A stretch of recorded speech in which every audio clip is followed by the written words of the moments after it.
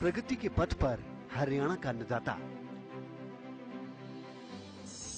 फूल रत्न से सम्मानित किसान बना हरियाणा की शान। नई तकनीक को अपनाया, दूसरों को भी समझाया। लाखों किसानों के लिए उदाहरण बना प्रगतिशील किसान।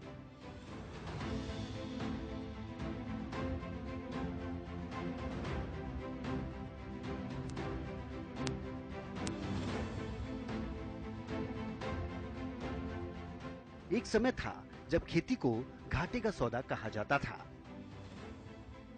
खर्चा और लागत ज्यादा थी और मुनाफा बेहद कम। ऐसे में केंद्र सरकार और राज्य सरकारों ने किसानों को प्राकृतिक खेती के लिए प्रोत्साहित करना शुरू किया।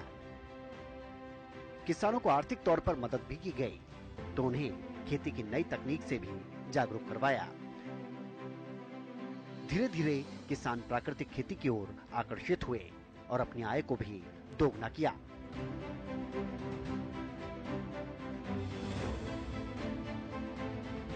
आज के समय में न सिर्फ खेती मुनाफे का सौदा है, बल्कि एक बिजनेस के विकल्प के तौर पर भी उभरा है। अब किसान ही नहीं, बल्कि पढ़े लिखे लोग भी खेती की ओर अग्रसर हो रहे हैं और अपनी आय बढ़ाने का काम कर रहे हैं। यमुनानगर के एक गांव करेड़ा खुर्द के रहने वाले कृष्ण लाल पेशे से एक डॉक्टर हैं, जो अपने ही गांव में क्लिनिक चलाते हैं। उनके 2 बेटे हैं। एक ने यमुनानगर शहर में निजी अस्पताल खोल रखा है, तो दूसरे लड़के ब्रजेश ने बीटेक की पढ़ाई करके साल 2016 में पॉली हाउस की खेती करके अपनी किस्मत आजमाई।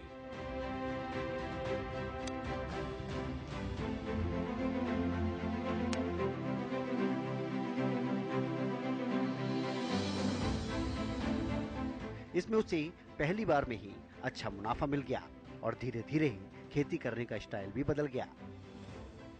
फूलों की खेती और अमरूद लगाकर ब्रजेश ने आधुनिक तकनीक से खेती करनी शुरू कर दी, जिसमें संरक्षित खेती से ज्यादा मुनाफा होने लगा। आज ब्रजेश ने 4 एकड़ के अंदर फूलों के अलग अलग किस्मों की खेती कर रखी है। 1 एकड़ में अमरूद का बाग लगाकर लाखों का मुनाफा कमा रहे हैं। पिता पुत्र की ये जोड़ी आज प्रगतिशील किसान के तौर पर अपनी पहचान बना चुकी है। मैं पहले दूसरी खेती करता था, जैसे गेहूं, जीरी। तो मुझे किसी एक ने कहा कि आप जो है ना, इसको बदलो। और सबसे ज्यादा सहयोग जो है इसमें मेरे छोटे बेटे ब्रजेश जी का है। और उसमें जो है खीरे की खेती की। खीरा भी हमारे पहले साल में हमारा 8 लाख रुपए का निकला। दूसरी बार फिर खीरा लगाया, वो तब भी हमारा 7 लाख का निकला। उसके बाद जो है फिर ये कहने लगा, पापा जी मैं तो फूलों को पढ़ाता हूँ। इसने फिर फूलों को पढ़ा गए। इसने पूरी स्टडी करी। इसने पुणे से जो है ना, ये अपना गुलाब, और जरबेरा जो है बंगलौर से। प्रगतिशील किसान कृष्ण लाल का कहना है कि संरक्षक खेती के अलावा दूसरी खेती करना ज्यादा लाभदायक होता है। जब उन्होंने पॉली हाउस लगाया तो सरकार की तरफ से 60 से 65% ग्रांट दी गई और फूलों की खेती को लेकर भी उन्होंने कई बार सरकार से सब्सिडी ली है। उसके लिए सरकार का आभार व्यक्त करते हैं। उनका कहना है कि यदि किसान संरक्षित खेती के अलावा फूलों व अन्य बागवानी की खेती करे तो सरकार की तरफ से सब्सिडी दी जाती है। वहीं उन्होंने बागवानी विभाग का फूलों की खेती में योगदान करने पर पूर्ण सहयोग माना है।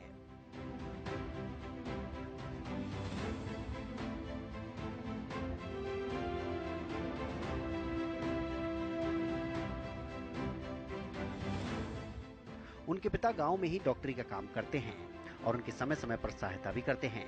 ब्रजेश अपनी खेती सूक्ष्म सिंचाई द्वारा करते हैं, जिसमें पानी की काफी बचत होती है और ब्रजेश फूलों को अलग अलग शहरों में बेचने के लिए जाते हैं, जिससे वो अच्छा मुनाफा कमा लेते हैं। उन्होंने ऐसे फूलों के बारे में बताया जिस पर बिजली के बल्ब लगाकर फूल उगाए जाते हैं। शादी के सीजन में फूलों से अच्छी कमाई हो जाती है।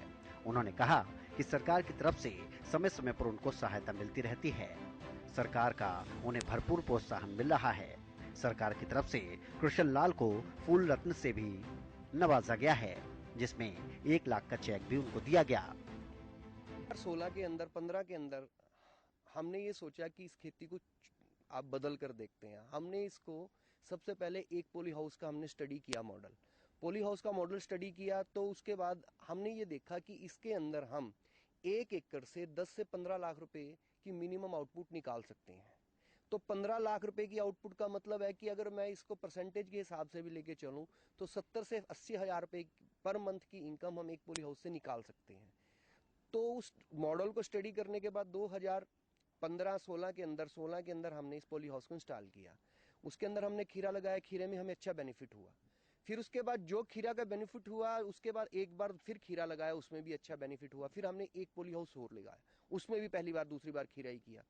एक्चुअल में मेरी बैकग्राउंड एक बिजनेसमैन की है।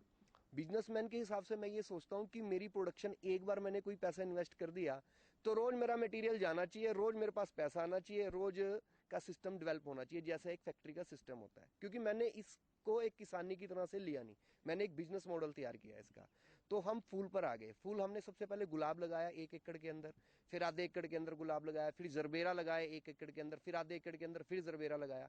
अब मेरे पास 1.5 एकड़ गुलाब है और 1 एकड़ ओपन के अंदर है और 1.5 एकड़ मेरे पास जरबेरा है। फिर जैसे हमारे पास एक लैंड ये पड़ी थी, यहाँ पर यहाँ अमरूद लगाया हमने। अमरूद क्यों लगाया, ये मैं जैसे मैंने आपको बताया कि एक आड़ी तिरछी लैंड थी, इसका जो स्ट्रक्चर है ना बिल्कुल स्क्वायर नहीं है, यहाँ पोली हाउस नहीं लग सकता, ना यहाँ हम गेहूं जीरी कर सकते हैं। उसका कारण क्या है कि बीच में साइड में लैंड थी, गेहूं जीरी हो नहीं सकती थी, तो इसलिए हमने यहाँ पे अमरूद लगाया।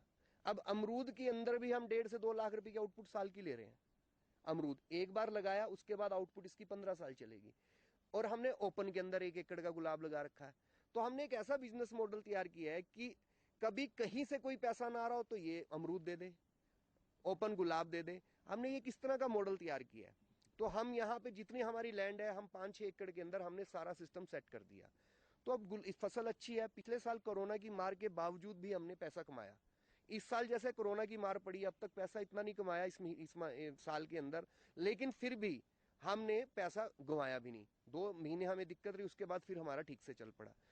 बाकी काम अच्छा है ये। इसके अंदर मैं यही कहूंगा कि किसान के पास, जिसके पास 10 एकड़ जमीन है, वो कम से कम 1 से 2 एकड़ को डाइवर्सिफाई करे। जब आप किसी काम को दूसरे काम से हटके करेंगे, आपका इंटरेस्ट भी ज्यादा पैदा होगा, और जब उसके अंदर से इनकम निकल के आती है तो आपका इंटरेस्ट दुगना पैदा होगा। आजकल लड़के मैं देखता हूँ कि 20-20, 25-25 हजार पे नौकरी करते हैं और अपनी 15-20 एकड़ की जमीन ऐसे ही छोड़ जाते हैं।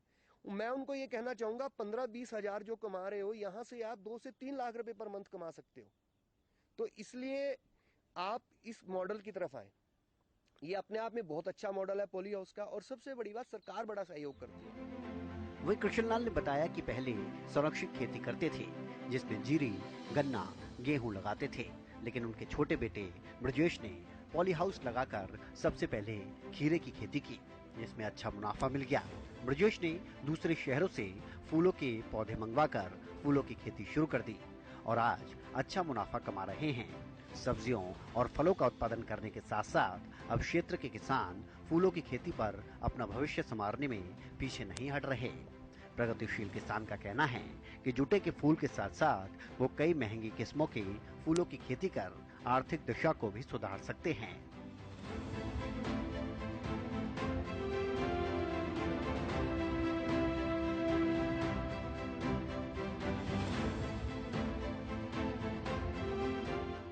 प्रगतिशील किसान कृष्णलाल और उनके बेटे ब्रजेश आज न सिर्फ किसानों के लिए बल्कि हजारों युवाओं और लोगों के लिए उदाहरण भी बन चुके हैं। आज वो लाखों में अपना मुनाफा कमा रहे हैं और साथ ही दूसरों को रोजगार देने का भी काम कर रहे हैं। शुरुआती तौर पर हमेशा ही कोई नया काम करने में परेशानियों का सामना करना पड़ता है, लेकिन कड़ी मेहनत कभी बेकार नहीं जाती और ये साबित कृष्णलाल और उनके बेटे ने कर दिखाया है। आज न सिर्फ वो अपने क्षेत्र में फूलों व अन्य बागवानी की खेती कर अच्छा मुनाफा कमा रहे हैं, तो साथ ही उन्हें देखकर दूसरे किसान भी प्राकृतिक खेती और बागवानी की ओर आकर्षित हो रहे हैं।